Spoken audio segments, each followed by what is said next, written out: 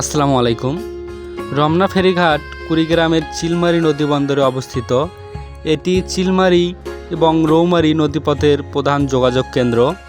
এ ঘাটের মাধ্যমে যাত্রী ও পণ্যবাহী যানবাহন প্রতিদিন পারাপার হয়। রমনা ঘাট থেকে রৌমারীর দূরত্ব প্রায় 22 কিলোমিটার।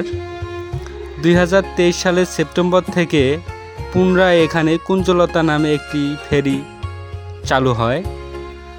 প্রতিদিন ফেরিতে প্রায় 600 জন যাত্রী, 10টি ভারী ট্রাক এবং 50টি হালকা যান পারাপারের ব্যবস্থা রয়েছে। কিন্তু এখানে কিছু সমস্যা এবং চ্যালেঞ্জও লক্ষ্য করা যায়, যেমন নাব্যতার সংকটের কারণে অনেক সময় ফেরি চলাচল বন্ধ থাকে, কখনো কখনো এটি কয়েক মাসও বন্ধ থাকে। 2025 সালে একবার ফেরি 100 দিন বন্ধ ছিল। নদী খনন ও সংস্কারের মাধ্যমে ফেরি চলাচল নিয়মিত করার চেষ্টা চলছে।